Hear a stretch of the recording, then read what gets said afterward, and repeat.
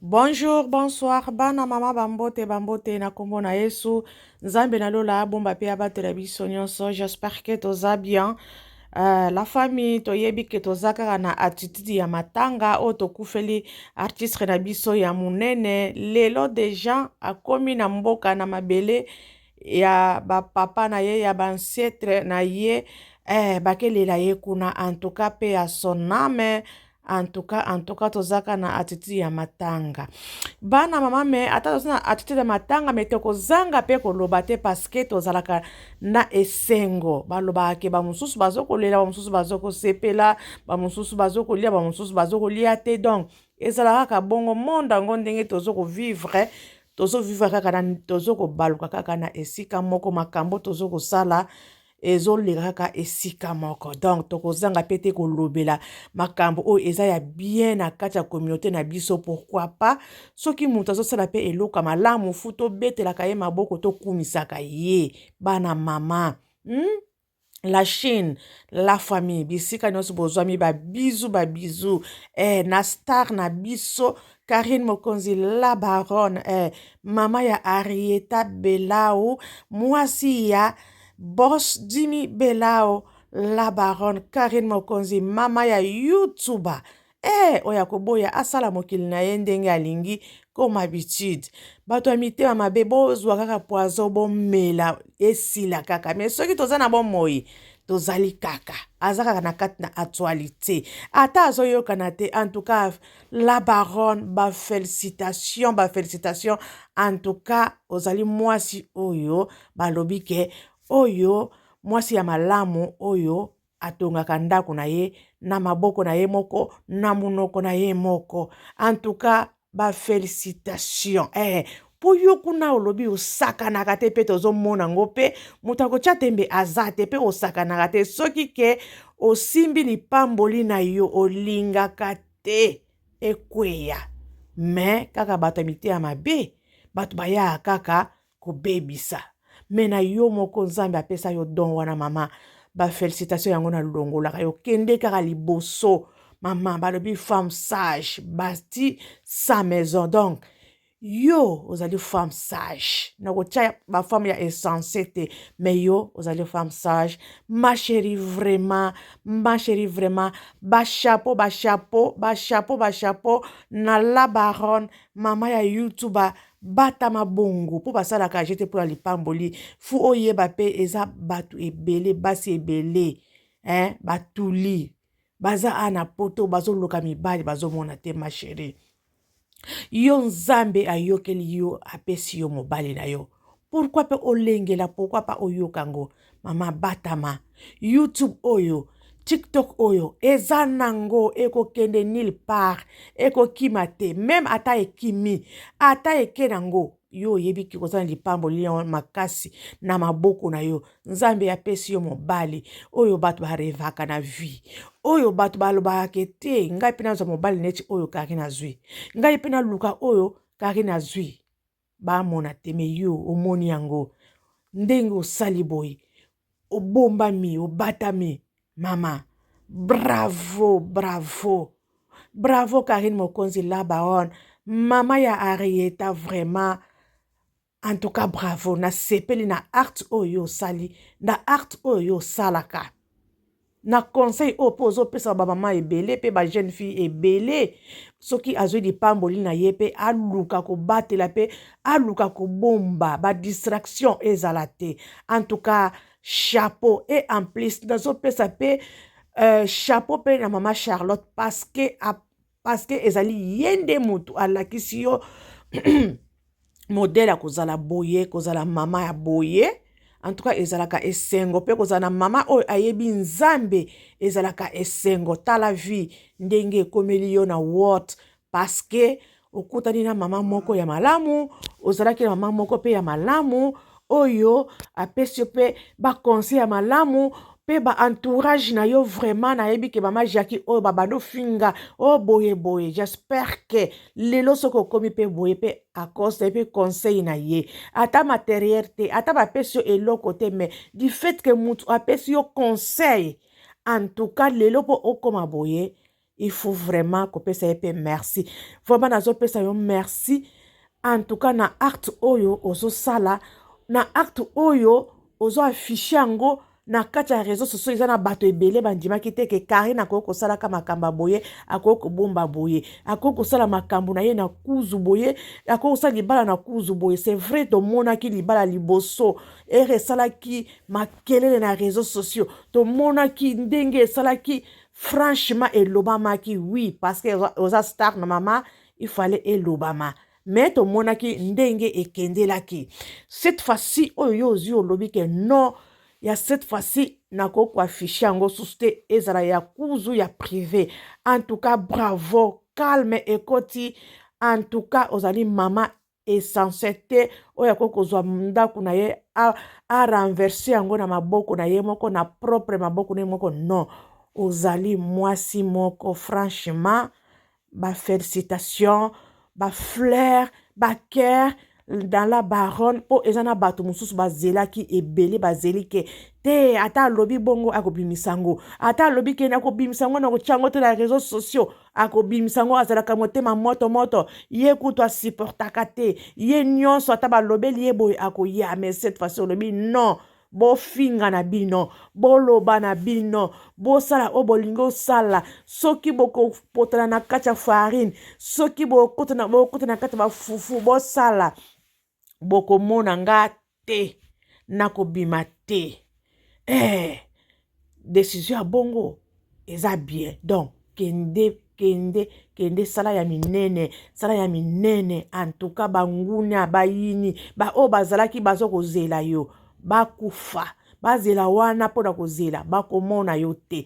En tout cas félicitations Karine Mokonzi, félicitations la baronne. Na calme oyo, na silence oyo, na suspense oyo tiki réseaux sociaux bebele bakomi kotuna Karine Mokonzi yango akomi wapi, Karine Mokonzi yango ake wapi.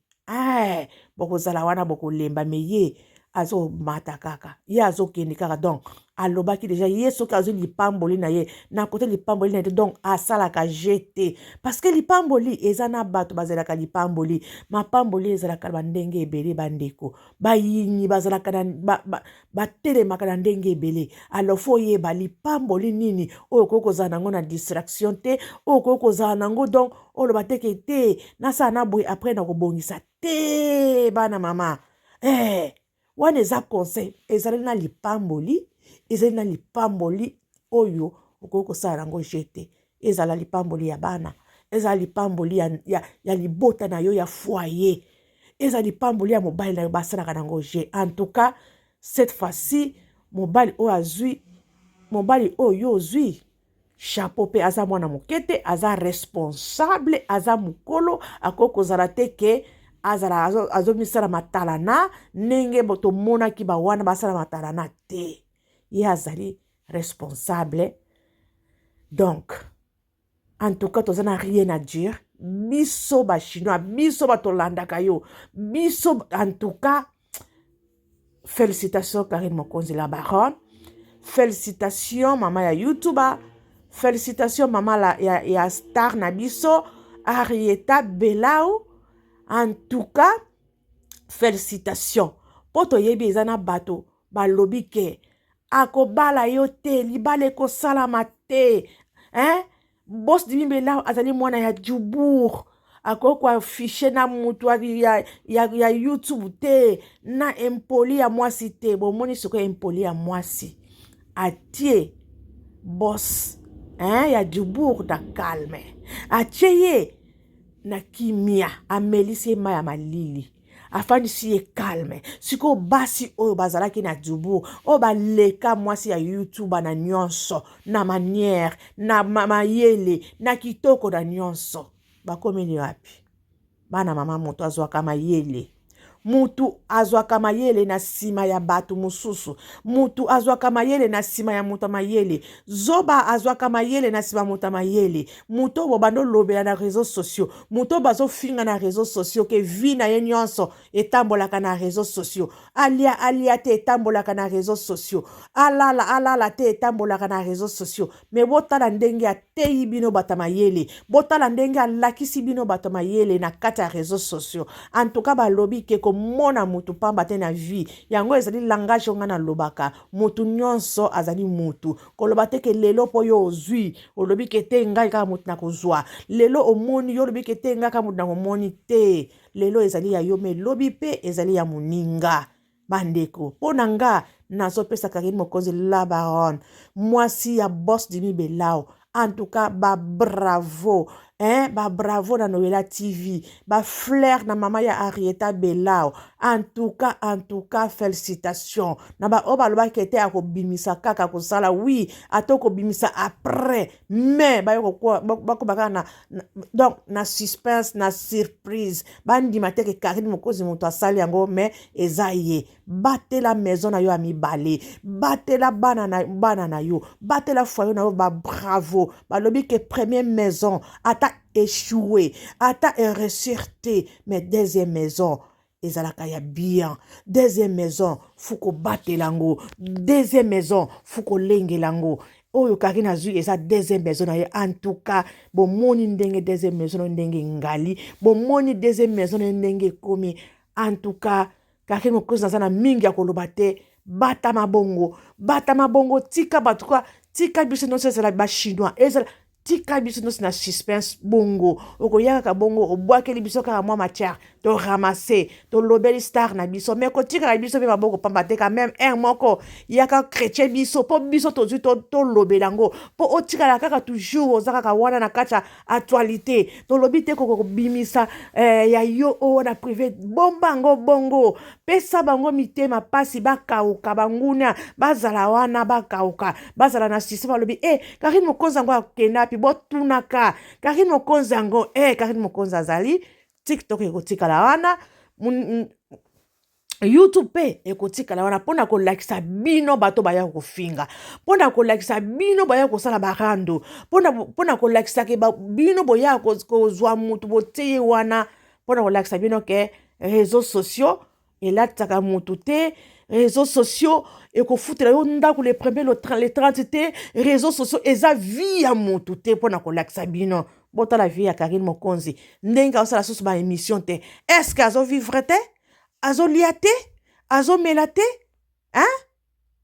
en tout cas bata réseaux sociaux boyebaka ndenge kosala ba matière na bino bopesa ko matière pona kozwaka baninga bozo kotia bango wana bobana kosilisa bango linsala na moko kosilisa batu kofinga batu na réseaux sociaux okoya kozwa lisumu ya pamba ya gratuitement oyo kutu oya kolobake pourquoi na bando finga batu pourquoi na bando sala bo tala réseaux sociaux ndenge efuti ngai tala réseaux sociaux ekangami tala TikTok ekangami pourquoi na bando ko insulter batu pourquoi na bando sala boye pona koteya bino ke réseaux sociaux eza bien akopesa bino mwa ba centime mais yango nde ozala vie na yo te vie na yo eza na maboko ya Nzambe vie na yo eza yo moko ozobima na tongo na mutoki na yo nde yango okozwa lifuti oui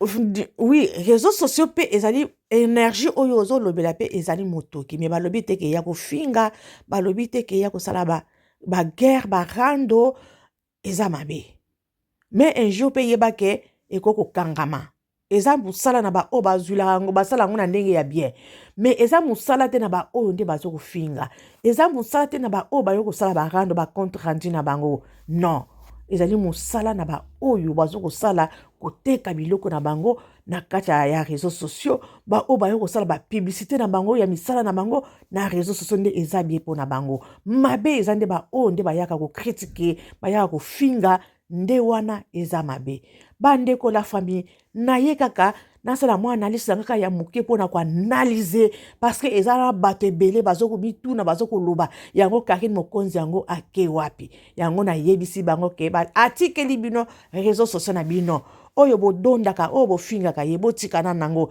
ye ake pema nanu ye ake sare ya ye mutu ya vie pona kolakisa bino ke réseaux sociaux ezalaka na vie te ezalaka na vie te bana mama vie ezali kende musala na yo kipe ndako na yo kipe bana na yo kipe mobali na yo kipe bafere na yo kipe yango nde ezali vie ya mutuya yango nde oyo Nzambe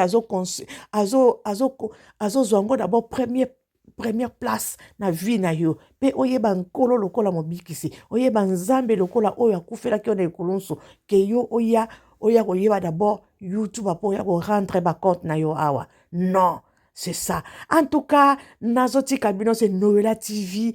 En tout cas, bambote ba bisous et pas ya la baronne, hein, mama ya Arieta Belao. En tout cas, bambote bisira nyonso bozwami. En tout cas, nyonso zo sala ezo koma déjà na mapamboli donc ekende ka liboso ndenge yo lobi ke nga soki nazosala yanga nazosala yango eloko ya butu ya nalingaka na batama. En tout cas, bravo Karine Mokonzi, bravo mama YouTuber, bravo la baronne, c'est Noela TV. To s'abonner, to liker, to partager. Ida Mokonzi, Mama Anna Tengo, Galena d'amour, Madesuna Loso, Papa Jean-Pierre. Donc, tout ça est belé. En tout cas, to partager, to liker, to aimer, et que ça la biso bien na Noela TV. Bana mama, en tout cas na lingi bino mingi pour l'amour de Dieu. En tout cas, ba partage et que ça la bien. Pe ba commentaire na biso ya elamu pour na Karine Mokonzi na la baronne ndenge batami. Est-ce que ezali malamu ou bien ezamabe pour na Noela TV et vraiment ezali malamu. En tout cas, merci Natiki Bino. Ba journée na biso ezala elamu. Nzambe abomba pe abate la biso. Sans Nzambe mon boulot. Merci la famille. Bye bye.